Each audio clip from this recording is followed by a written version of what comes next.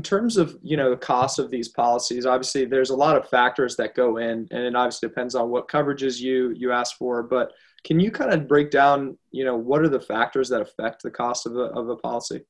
Yeah, definitely. So the scope of your operations is one main rating factor that the insurance company uses.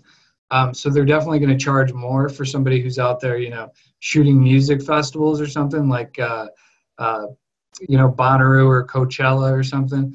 But they'll charge more for that than they would for, somebody who's operating an agriculture drone, who's just out in the middle of farmers' fields taking, crop health analysis.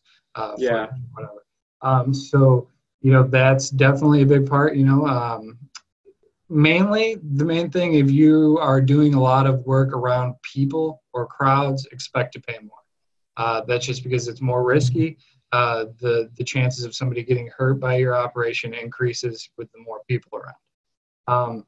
And then, per UAV, so if you operate, 10 UAVs, it's going to cost more than operating one UAV, just because, the risk increases with the more UAVs operating. And then as far as cost for something like hull and payload, you should expect to pay about 10% of the insured value of the equipment and premium per year. So, if it's a $3,000 Inspire 2, you should expect to pay around $300. But, if you have claims, that may increase the premium as well. And then again, if you're doing risky things with it, so your loss history, the use, and what type and what, the amount of equipment that you have are definitely the main driving factors in the premium. Yeah, no, that makes sense. And for, something like, maybe a single drone operator who is purchasing liability insurance, maybe $1 million liability insurance is pretty standard policy. And then also purchasing whole insurance for a Phantom 4 Pro and maybe an Inspire 2 totaling about $5,000.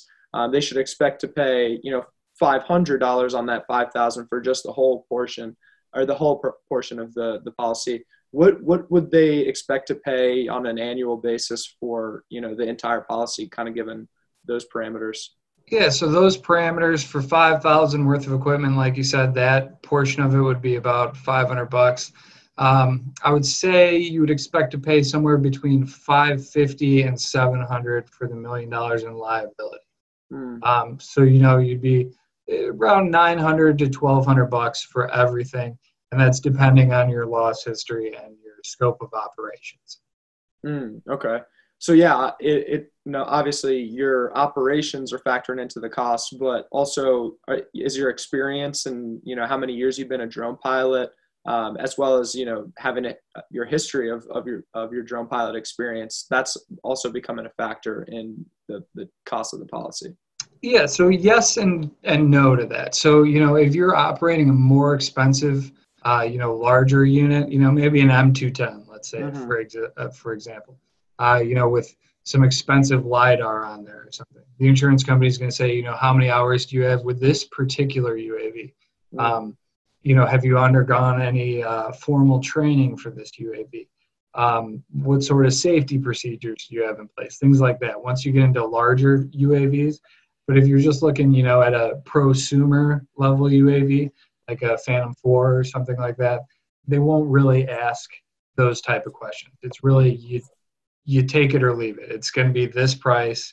There's nothing you can really do to reduce it because it's just a boilerplate common policy. But once you get into more advanced, more expensive things, then particular hours in that particular UAV will reduce your coverage or reduce your premium. I'm sorry, and it's once you get into the more advanced things, then you can get into the weeds with, your operator history and your hours. And then it becomes much more like a manned aircraft, a rating system with how many hours do you have in retractable gear aircraft? How many hours do you have in multi-engine? So, they'll ask things like that once you get into more advanced UAVs. Okay. Interesting. And do you have any other, tips or tricks for drone pilots that might be able to help them save money on their policies? Yeah, try not to have claims. It happens to everybody, but that's definitely the main driving force. Be safe. Don't, unless your business directly revolves around this type of work, don't, fly around people. Don't fly over people without appropriate waivers.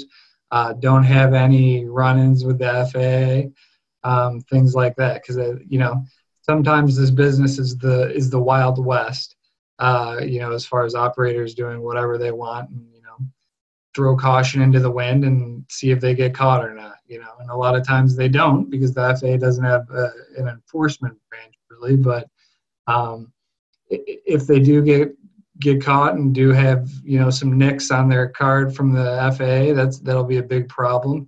But yeah, and then once you get into operating more advanced UAVs like M210s, free fly alphas, things like that, log your hours, be able to show proof of, how many hours you have, without an accident with that particular type of UAV.